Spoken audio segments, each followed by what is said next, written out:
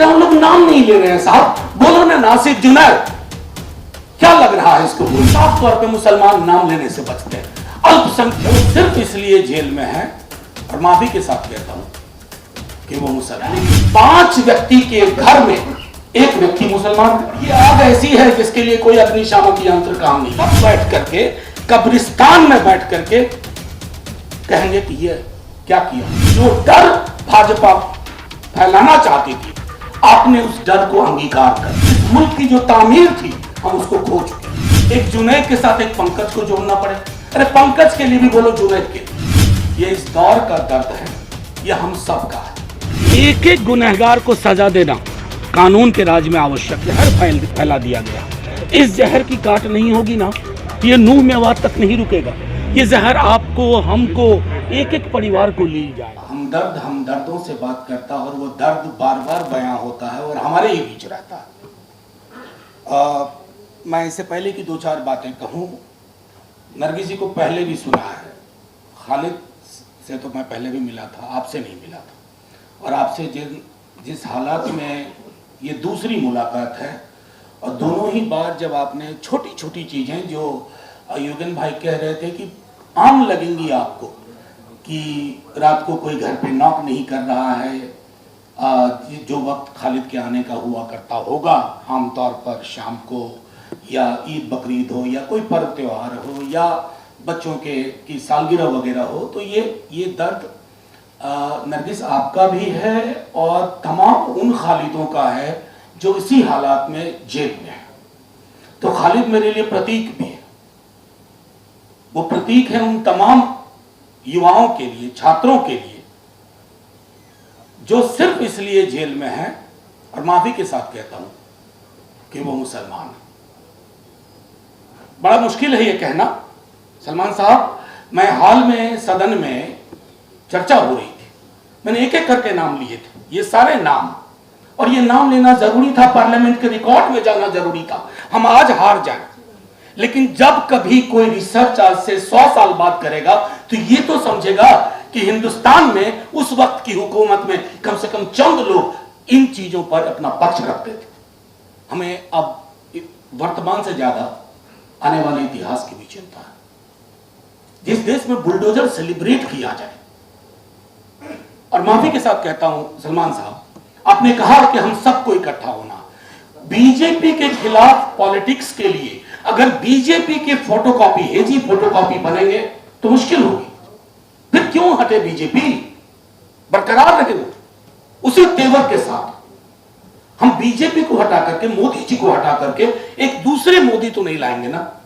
और अभी हाल में मैंने योगेन भाई का एक आर्टिकल पढ़ा, योगेन भाई आर्टिकल पढ़ा या इंटरव्यू देखा, आपने एक बड़ी अच्छी चीज कही कि बीजेपी से अलग पार्टी होने का मतलब नहीं है कि वो बीजेपी की विचारधारा के विकल्प के रूप में भी है।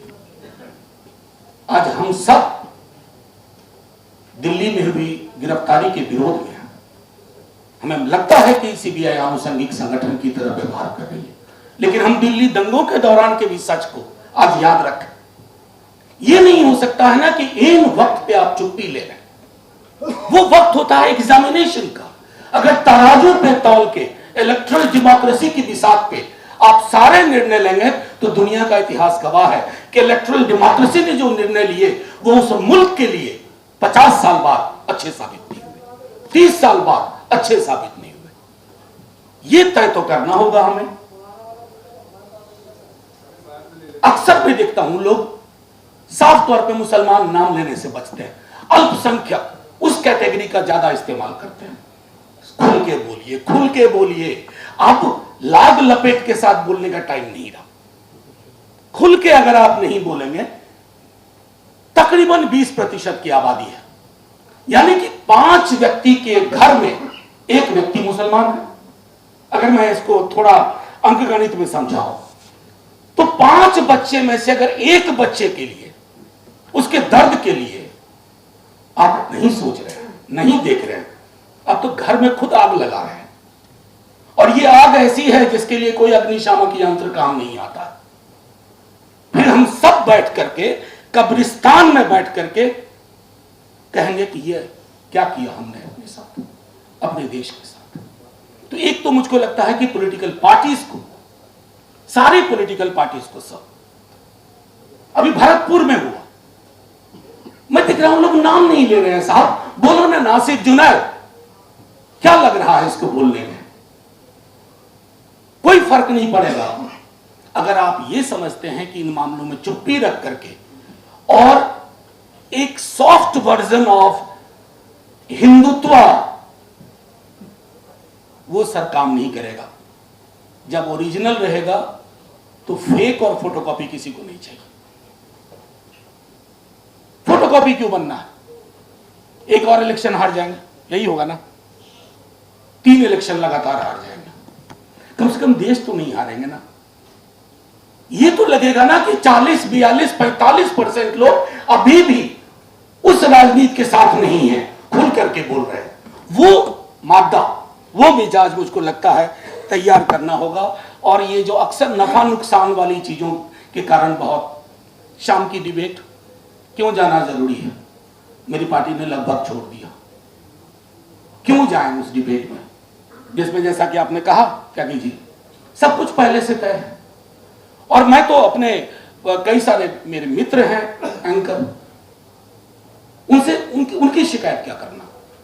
उन्हें तो एक स्क्रिप्ट मिली हुई है, वो उसके आगे नहीं जा सकते, उसके पीछे नहीं जा सकते, उसके दाएं नहीं जा सकते, उसके बाएं नहीं जा सकते।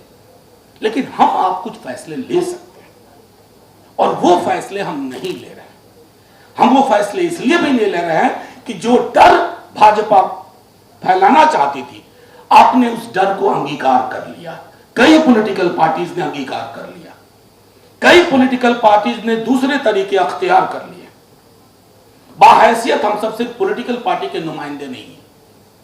कल को मैं राज्यसभा का मेंबर नहीं रहूंगा, लेकिन मेरी नागरिकता तो कोई नहीं लेगा ना मुझसे। मैं बाहैसियत एक नागरिक के रूप में यहां हूं, वो भी हूं, और एक नागरिक के रूप में मुझे कश्मीर पर भी बोलना होगा।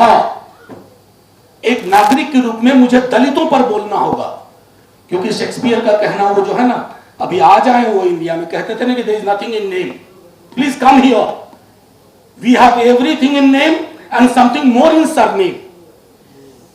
नाम और सरनेम का खेल इस देश में चल रहा है, और तब भी हम कहते हैं कि हमें इस राजनीति में थोड़ा सॉफ्ट वर्जन बन करके अपनी जगह तलाशनी है। और एक बार सत्ता में आ गए, नहीं साहब, सत्ता में आप आ जाएंगे, मैं मानता हूं सत्ता का अंगणित अलग होता है, लेकिन मनोवैज्ञानिक रूप से हम इस देश को हार रहे हैं, सामाजिक रूप से हम इस देश को हार रहे हैं। इस मुल्क की जो तामीर थी, हम उसको खो चुके हैं। जिस मुल्क में नाम लेने से पहले किंतु परंतु करना पड़े, एक जुनैद के साथ एक पंकज को जोड़ना पड़े, अरे पंकज के लिए भी बोलो, जुनैद के लिए भी बोलो, कोई विरोधाभास नहीं है। लेकिन जब तक हम इसको नहीं समझेंगे, मैं समझता हूं कि मुश्किल होगी।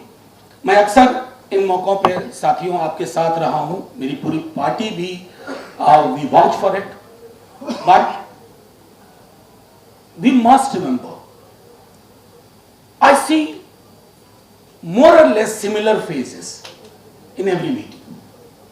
हम सब एक दूसरे के आदी हो गए, आदत बन गए हैं एक दूसरे के। इस आदत में भी थोड़ा बदलाव करना होगा।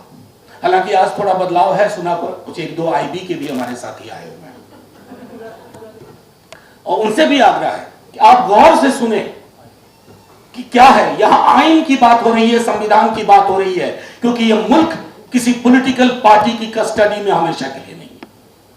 चुनाव होता है, सरकारें आती हैं, सरकारें जाती हैं।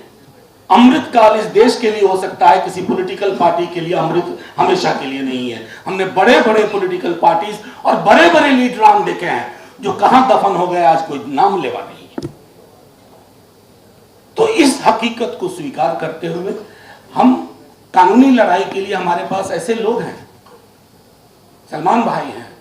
सलमान भाई, आप लोगों को भी एक आग्रह मैं करूंगा कि लॉयर्स की एक पूरी टीम इन केसेस को, मैं जानता हूं आप प्रो बोनो केसेस लेते हैं, लेकिन एक पूरी टीम अवेलेबल हो, क्योंकि अक्सर उस दौर में कुछ नोट शेयर किए थे हमने, नदीम ने भी आपस में।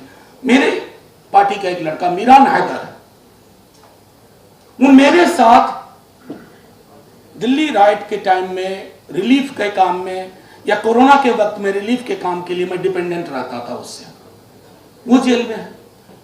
मैं लाइटर वेन में कहता हूं, उसको अगर कमरे में एक मच्छर के साथ छोड़ दो तो मच्छर नहीं मार सकता, और आपने उसको कॉन्स्पिरेसी में डाल दिया। जो ख्वाब में उसने कभी नहीं सोचा वो आपके ख्वाब में आ गया। जो बता रहे थे योगेंद्र भाई, फेरी टेल पे पूरी की पूरी आपकी जांच चल रही। तो मैं ज्यादा वक्त नहीं लूंगा, सिर्फ इतना कहूंगा नरगिस, आपका पेन ये आपका व्यक्तिगत नहीं रहा, ये इस दौर का दर्द है, ये हम सब का है। हम डे टू डे लेवल पर आपसे मिल नहीं पाते हैं, बात नहीं कर पाते हैं, लेकिन इतना जरूर बताते हैं कि इस दौर में भी एक बहुत बड़ी आबादी, और मानिए जितनी आबादी वोट करती है बीजेपी को उससे बड़ी आबादी आपके दर्द के साथ है। बस ये है कि वो जो बड़ी आबादी है ना, जो आपके दर्द के साथ है, वो इन दिनों थोड़ा चुप ज्यादा रहने लगी है, सड़कों पे आना बंद कर दिया है। वो रवायतें बहाल करनी होगी। इस ऑडियंस में भी मैं देख रहा हूं जो अलग अलग मुद्दों के लिए MKSS के हमारे साथी लोग भी हैं जो लड़ते रहे हैं। तो अब हम सबको भी लड़ाई को एक मान लिया जाए कि परमानेंट है, कि अब हमारा यही काम है कि हम लड़ाई करें। लड़ाई बोले तो मैं IB के साथियों से कहता हूं, लड़ाई का मतलब यहाँ कतई भी गन लाठी वाठी से नहीं है, ये एक वैचारिक लड़ाई है। हाँ, मनोमानेसर वाला नहीं है, एक वैचारिक लड़ाई है। और ये लड़ाई इस बात के लिए है, अदीब साहब को यह ना कहना पड़े कि मेरे वालिदैन ने बिस्तर बंद क्यों खोल लिया था। सर, राजस्थान पुलिस को लेकर जिस तरह से उनकी जो कार्रवाई हो रही है, ये आरोप ये लगता है कि बीजेपी स्टेट में ही ऐसा होता है, वहां पर राजस्थान पुलिस जो कार्रवाई। मैं अभी भी आपके माध्यम से अपील करता हूं, मैंने आज मंच से भी कहा कि एक एक गुनहगार को सजा देना कानून के राज में आवश्यक है। अगर आप एक आंख बंद करके कानून को देखते हैं ना, फिर कानून का मतलब नहीं रहा। आज नू मेवात में धारा 144 लगाई गई है, paramilitary forces, rapid action force लगाई गई है। सैकड़ों लोगों पर जो प्रोटेस्ट कर रहे थे उन पर FIR भी दर्ज कर दी गई है, लेकिन महापंचायतें जो हुई थी उनमें से किसी पर मैं तो सीधे तौर पे कहता हूं ना कि ये पूरा का पूरा इकोसिस्टम जिसमें इतना जहर फैला दिया गया, इस जहर की काट नहीं होगी ना तो ये नू मेवात तक नहीं रुकेगा। ये जहर आपको, हमको, एक एक परिवार को ले जाएगा। हमें चिंता उस बात की।